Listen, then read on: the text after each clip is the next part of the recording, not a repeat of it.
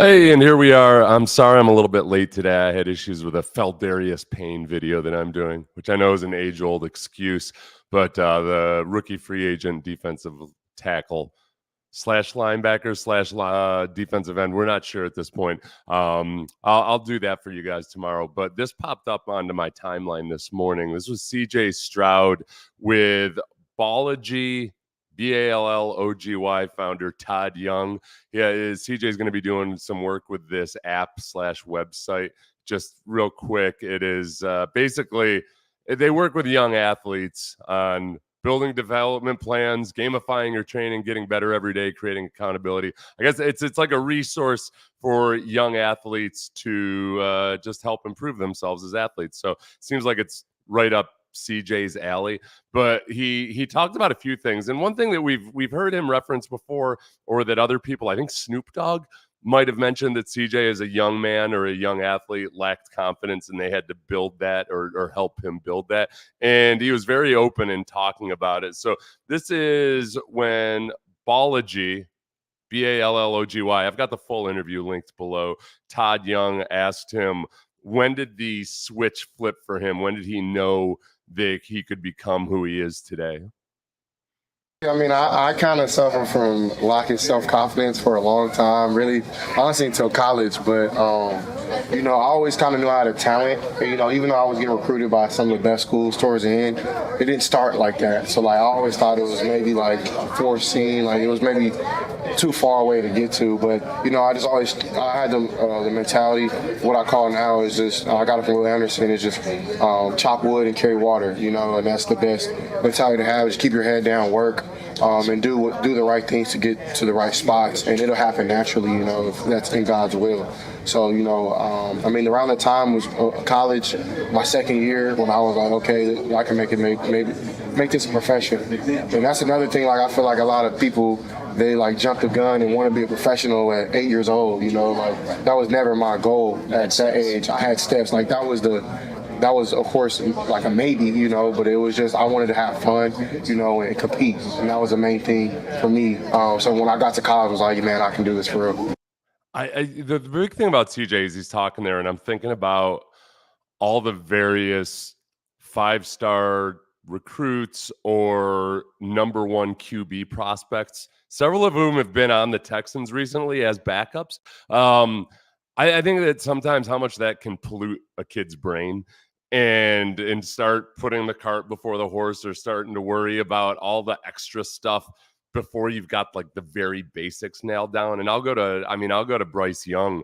That I'm not saying it went to his head and it inflated his ego or anything. Bryce Young seems like a good young kid, but when it comes to just the very fundamentals of playing the position, I am a huge dose of humility early in your career, especially when you're in high school and you're just trying to figure out a way, man. I want to be the starting quarterback on the football team. I want to get a scholarship, and understanding that you've just got to nail all the basics before you get to that next step.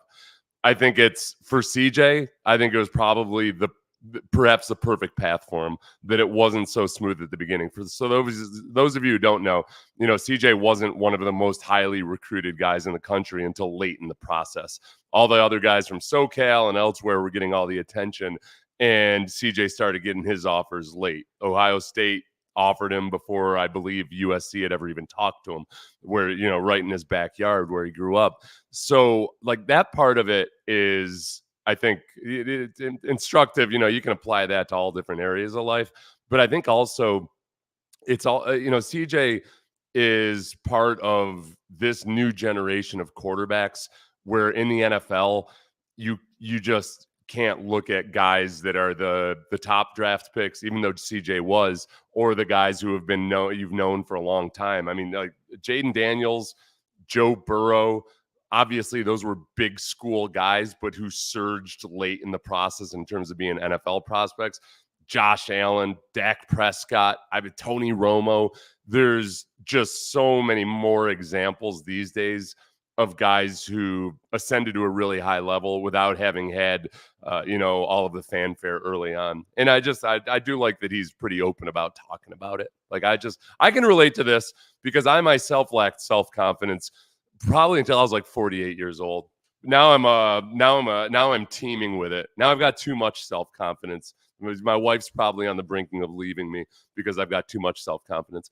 But I do think, to relate it to myself, let's make it about me here. When I was coming out of a small school, and you got a natural chip on your shoulder, and and when I got to the NFL, I just in my mind, I'd watch these guys on TV. I'm talking about other rookies. And I thought of offensive linemen, Division One offensive linemen from Florida State or Georgia or anywhere else. Like, oh man, these guys must be so good that I gotta just go so hard to beat them. And then after a while, I started getting pissed because I realized, like, how the hell these guys get scholarships? These guys suck. And that's, as it was with CJ, competence breeds confidence. Once you prove to yourself you can do it, then you can kind of blow the doors off of things. But the next question, this is vital. This is key, because remember, got 2 years until CJ's up for a renegotiation or an extension before they're allowed to do it. And there's people waiting out in the wings out there. Guys like Sean McVay, who might wheedle his little tendrils into CJ's psyche or something through surreptitious tampering as Matt Stafford gets older and older. Oh, who could I convince to come back home to Southern California and play in a very similar offense to me? It's very important that CJ likes Houston. So Todd Young here, I cut this up a little bit. It's very, very important for me to point out that Todd is being humorous when he asks this question and he lumps himself into CJ's category. Why is it you think Houston just attracts and produces such awesome people and athletes like you and me? I would say, I've been here for a year now, and, I've really enjoyed it. Being from California, it's so fast. And, when I got here, it was like, man, people actually genuinely, like, stop their day to take care of, like, another person. And I'm not really used to that, So I feel like the hospitality, just the camaraderie, like the togetherness, even though it's a big city, people still look out for one another, and I can appreciate that, Okay, so to be clear, what CJ basically said there was that Southern California is full of soulless ghouls who will rob you every chance they get. Whereas in Houston, it's basically a Shangri-La. I'm paraphrasing there. Don't quote me on that. I would rank Southern California, and this might surprise some people, but in terms of culture shock, if they're to come to Houston, I think Southern California actually has a lot in common in terms of what young athletes might feel in terms of, like, okay, it's a vehicle intensive city. You need vehicles, and you need to be prepared to spend a long time in your vehicle when you live in Southern California or Houston. So that's not a huge shock. There's a lot of concrete, and you got to travel a little bit to get out into some space and some woods. You're going to pay a toll, like literally on your Easy Pass, and it's going to be more than you expect at the end of the month. But still, like that part of it, I would say if I had to rank culture shock in coming to Houston, I would say if you're from the Northeast, which isn't a big deal for football players, there's not that many NFL players from the Northeast in general, like northeast of PA. So like if you're talking New England or New York or something, like we saw that with Bill O'Brien. There's a culture shock for Bill O'Brien. Bill O'Brien was not a good culture fit for the city of Houston. I like Bill O'Brien. I think he's a good human being, but man, some of his New England style tendencies, they didn't necessarily mesh well with the vibe in Houston. I would say the Southeast, actually, like guys from the deep South. I won't include Florida. Florida's in its whole other category. But guys from the deep South, if it's like a super laid back way of life or what have you, it can be kind of intense when you come to Houston. Midwest, like even if you're from up in the country in the Midwest, or you just go straight down to Houston, I don't think it's as big of a shift. I think the Midwest and Houston carries some things in common, which is it's kind of a blend of a lot of like more laid back than they are in the Northeast. Yet not as ignorant as they are in some other parts of the country. I feel like Houston's got that in common with the Midwest. And then maybe the Pacific Northwest, I don't know, they're off in their own category. So I'm not worried about that part. You know that I do sometimes worry with the Texans or Houston teams in general that because we're so spread out, that it's sometimes hard to really form those bonds with your teammates off the field just because of simple geography and all that aforementioned vehicle time. Like I remember talking to Jonathan Joseph, who's best friends with Kareem Jackson, and Jonathan saying that like they barely ever actually hang out at each other's houses because they don't live that close to each other. And there's other areas where it's a little bit easier for guys, or guys are kind of all conglomerated in the same area.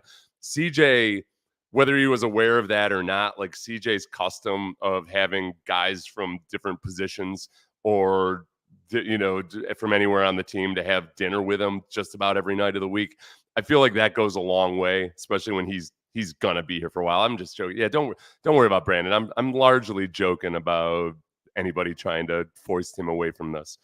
Don't think about the fact that David Mulligat is his agent. The agent works for the client. Damn it. Next question was, how did you track your goals before the Ballogy app, Ballogy? Go to ballogy.com. I'm not advertising for them, but I'm using their videos, so I feel guilty about it. So ballogy.com. How did you track your goals back when you were growing up? I thought this was interesting.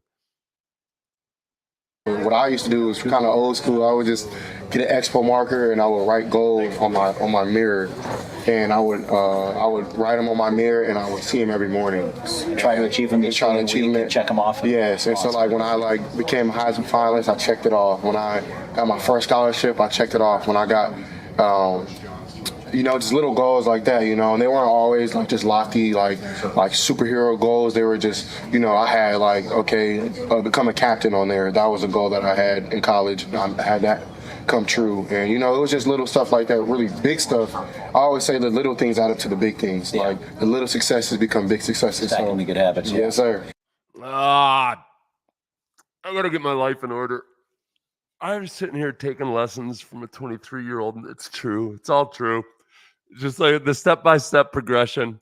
I remember somebody talking about they'd been living with Kevin James, the comedian, when he was a young comic before he ever had King of Queens or anything, and about how Kevin James had this big bulletin board in his room in this crappy apartment they were all living in as struggling young stand-up comics, and he had like a step-by-step process of the goals he wanted to achieve and how he was going to do it and how he was just going and checking them off. I don't like whether getting being a headliner, this, all that other stuff.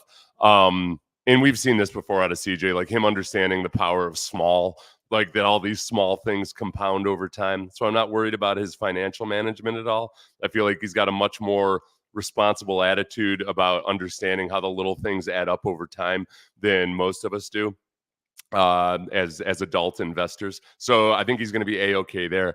I do think though too, but like CJ really does understand when he talks about football, even in learning the offense and getting better within his rookie year, like how you don't always notice the improvement you're making, and that you've just got to do these little things day by day and that they add up by the end of the season. And he and Bobby Slowick, I think, were very simpatico in that.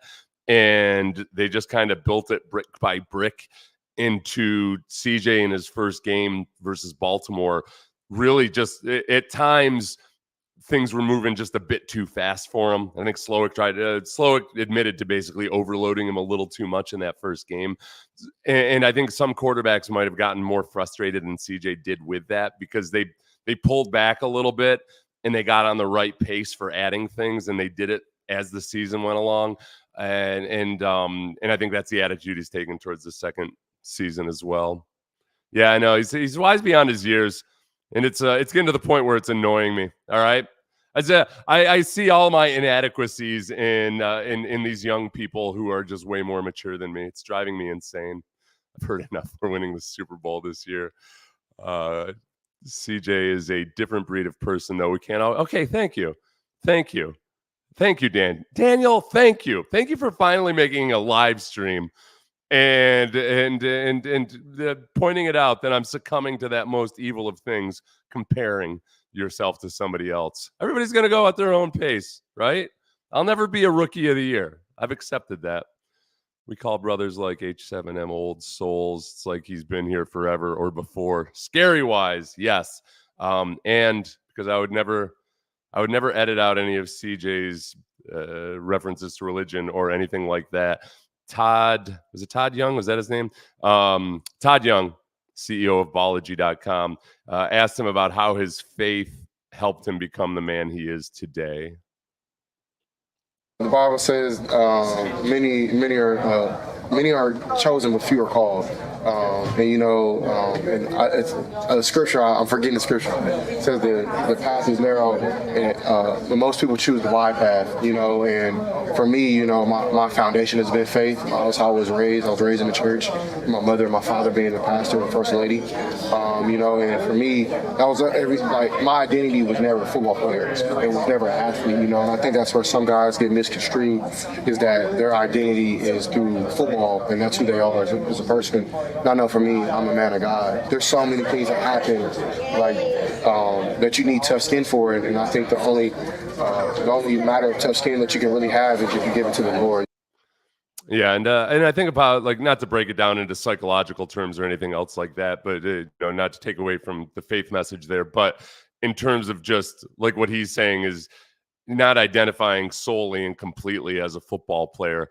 I think sometimes when guys frame it, when they phrase it, they almost make it sound like it's a dirty thing to be proud of being a football player, and CJ never sounds that way. It's obvious that he cares deeply about winning and losing and all of that, but just in life, when you become monomaniacal about anything, if it becomes more of a threat when you're going through a rough stretch with that. So that's even if you're a college professor and all you're focused on is your research and your research alone, and you've got nothing else in your life. When the research isn't going that well, all of a sudden you're just you're a miserable wreck. Where if you can just also care about your teaching and have that other thing that you identify with, aside from all the other supernatural aspects to CJ's beliefs, he's just very grounded. I'm going to disagree with one of you very politely though, because yesterday I got testy.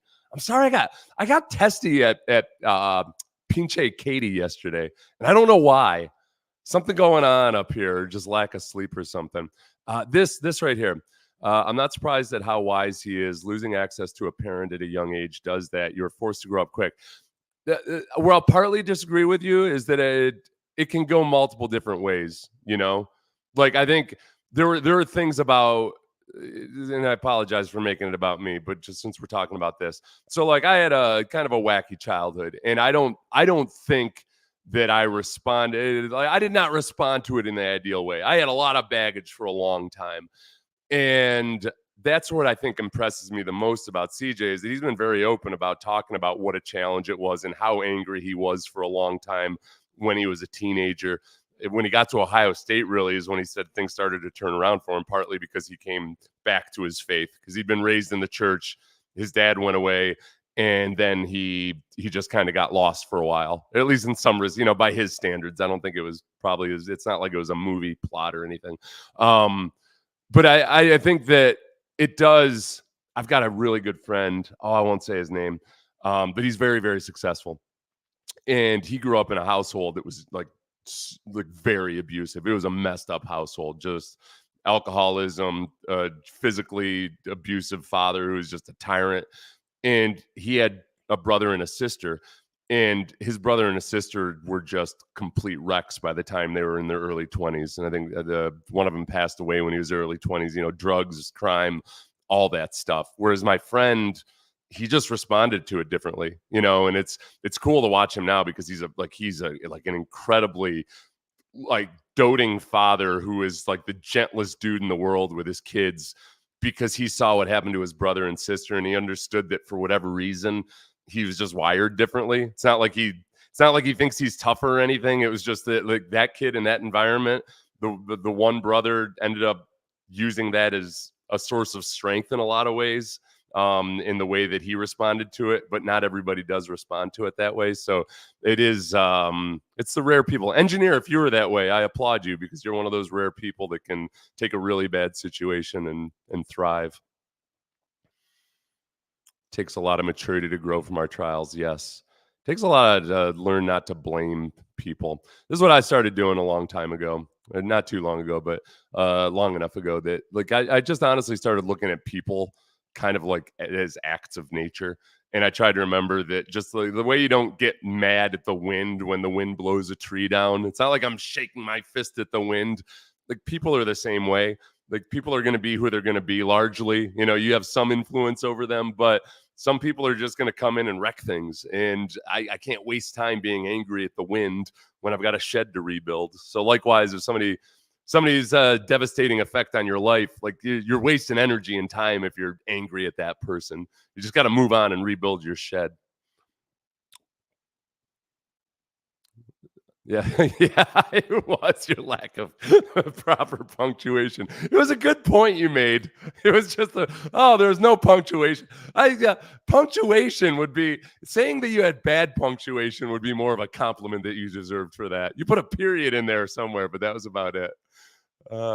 We need Dark Seth back for the season, though. No, I can't go back there, man. I used to be so angry about so many things. Oh, it's just, I honestly, when I think about it, it's exhausting. And I did a little bit I actually thought about starting an anger management podcast once, or YouTube channel, because for a lot of people, it's just different things that trigger them. For me, or that trigger a change. And like for me, the big revelation I had one day was just honestly, I kind of did a mental spreadsheet, like a profit and loss on like the times that anger has helped me in my life. Because it's a crutch, for a lot of us, it's a crutch that it can help you get out of situations. It can help you think you won an argument when people are actually just deciding not to argue any longer. But like it can help you, and it helps you in football a lot. Like if you can dredge up anger, it helps you a lot. But that's a situation where it's appropriate. And I just kind of did a P&L on how much it had helped versus hurt various relationships. And it just dawned on me how stupid I was being about just ever bothering to get angry over something that wasn't either a life and death or physical violence or protection type of situation. And then I did some work and, worked through some things, but it takes energy, Mary. It's exhausting. And then in my show, I mean, you guys know how I used to be on the radio. I was frothing at the mouth. And it was, I started full-time radio in 2013, which was a hard time to be a Texans fan. But I remember sitting in a movie theater. I was at the one over there in Katy, on the Katy Freeway there, where the comedy club used to be. And I can't remember which game it was or what was going on, but I could feel my heart beating, and I was so angry about Matt Schaub, and I had to go out to calm myself down in the lobby because I couldn't stop thinking about how bad the Texans were that year. And that wasn't even the point where I realized I had to calm the hell down about things. It was like 5 years later after that. But it's physically exhausting. It's dangerous too when you get to be in your 40s. You got, whatever little plaque might be there in the arteries in danger of being dislodged. My God. Anger is an interesting concept because you have to do a lot of self-reflection about what am I actually angry about? Right. Yeah. Yeah. And ultimately, you're usually angry because you feel threatened in some regard. And I was reading an interesting little blurb. I was about to say I read a study, but I didn't. It's not like I went to PubMed and read the study. But about just like the physiological response people have when they're confronted when they're confronted with an argument that threatens or disagrees with their core beliefs. So, you start getting into the hot button issues about how you feel about either, abortion, okay, or just various other things like that. And the physiological response people have is almost exactly the same as if you feel you're in actual physical danger. And you know how your brain starts working? Well, when you have that fight or flight response, your brain stops working. And then you just shout at each other and argue with memes and insults and everything else like that. And learning to monitor myself for that was a big part of it. Just like understanding the physiological response and then realizing, okay, wait a second. If I'm feeling like a tiger is chasing me just because my grandma said something that I don't agree with politically. Like, what am I actually responding to? Because it's not the actual argument. It's more just a threaten. And then, God forbid that whatever your core belief is, you realize like, oh, I actually can't quite verbalize why I think I'm right. Then it's an even a bigger threat. And then you're all stupid. Whichever party you are, it's your political party's fault. You're all bums. Yeah, CJ, classic stoic. Yeah. Bill O'Brien and Matt Schaub had that effect on people. I know. Sometimes I think I've done a lot of good work, and then I get in a room with somebody that's really good at pushing buttons, and I realize I haven't come that far. The Schaub anger. Okay, so with Schaub, let's talk about that. Let's bring this back to football. With Schaub, there was a point in that season. It might have been right around the movie theater incident. We all remember the movie theater incident, right? My movie theater incident, not Matt Schaub's movie theater incident. And it was around that time I realized, like, what am I doing? And I realized, like, okay.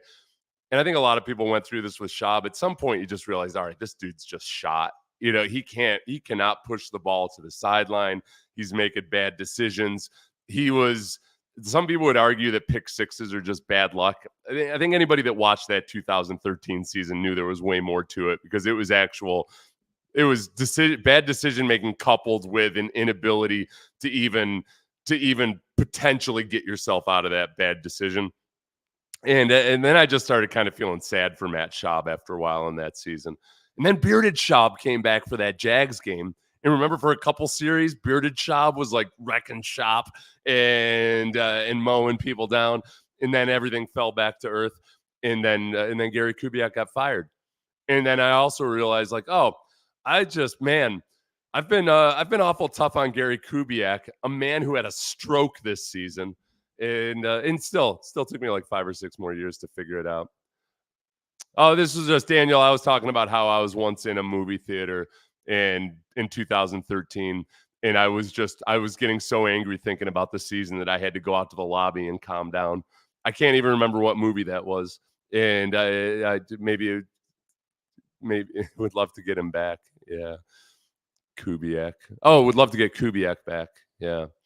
Let's see. Last one, and then we'll stop the Seth Payne therapy session. It somehow started with CJ Stroud talking about his lack of self-confidence as a young man. That's a very fair point. A lot of people are unable to separate their emotions from their beliefs. For example, people make politics their identity, then take offense to any questions. Emotion is key. Yeah, and the other thing, too, that I've learned over as we enter the most glorious time of every 4 years, not the Olympics, but a presidential election. I do, man. Like there's so many people who are so much more intelligent than me that disagree with me about various opinionated topics or opinion topics that, like, if you have any degree of honesty with yourself, you realize that so many of our beliefs are just based on our perspective in life and how we grew up, what our parents were politically, what area of the country we grew up in. And I don't have a single doubt for a moment that if I'd grown up in a different household, in a different part of the country or whatever else, that I probably would have some different core beliefs about the way things work. And I always just try to remember that I like, honestly, okay, now I'm going to get corny as hell for a minute, but I will say, I don't understand how it's all of a sudden, it's almost become like a badge of honor to hate other Americans. Like, I can't love America and not try real hard the way you would as a person of faith to love your enemy or what have you, to at the very least see the other perspective or understand where the other side is coming from. And politics has been ugly from the get-go, ever since politics first became a thing. Ever since we just stopped murdering the leader of the tribe to change power structure. It's always been ugly and it's always been nasty. I think it's just super easy to get very ugly very quickly through social media. And so that's all. I'm not even asking anybody to do anything. That's the way I get a little bit depressed this time of every 4 years. So thanks, everybody. This is the Seth Payne football/Texans/psychotherapy hour. And we're trying to do these more consistently at 1 p.m. Central. It was late today, but I appreciate everybody for hanging out, and like, subscribe, all that stuff. And do vote. Do vote. If you've never voted before, vote. For the love of God. If you love